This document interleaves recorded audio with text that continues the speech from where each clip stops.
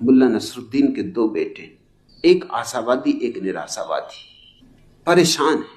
एक मनोवैज्ञानिक से सलाह ली कि क्या करूं। मनोवैज्ञानिक ने कहा ऐसा करो, यह दिवाली आ रही, जो आशावादी है उसको एक कमरे में रखो, कमरे में घोड़े की लीद ही लीद भर दो, क्योंकि अति आशावादी होना ठीक नहीं। लीद की बदबू थोड़ी तो निराशा पैदा होगी, और जो निराशावादी है उसके कमरे में फूल ही फूल सजा दो, दिए ही दिए जला दो, फुलझड़ियां ही फुलझड़ियां, फटाके, मिठाइयां, जो भी सुंदर तुम पा सको बाजार में, सब खरीद को उसके कमरे में भर दो।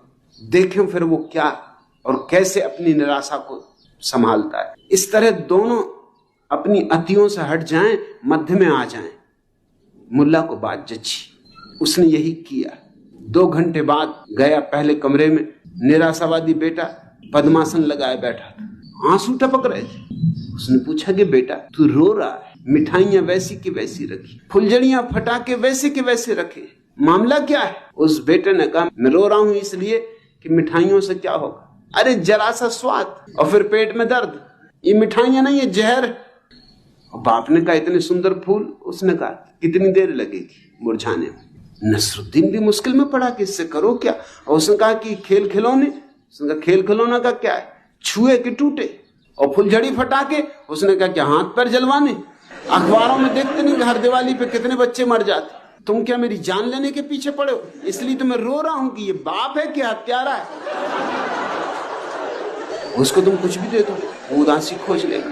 फिर उसने सोचा कि देखो आशावादी का क्या हुआ, उसकी क्या हालत। थोड़ा डरा भी कहीं एकदम मारपीट पे उतारू ना हो जाए, क्योंकि जब ये रो रहा है और कह रहा है कि तुम क्या हत्यारे हो, तो उसके कमरे में तो लीद लीद भरी। मगर जब उसने उसका कमरा खोला तो दंग रह गए। वो तो लीद में उछाल रहा है और अंदर घुस के लीद के कुछ खोज रहा है और इतना आनंदित हो रहा है। नसरुद्दीन ने पूछा कि क्या हो रहा, तू इतना खुश क्यों हो रहा? उसने कहा कि जहां इतनी लीद वहां घोड़ा भी कहीं ना कहीं होगा, मैं घोड़े को खोज रहा हूं, आओ तुम भी।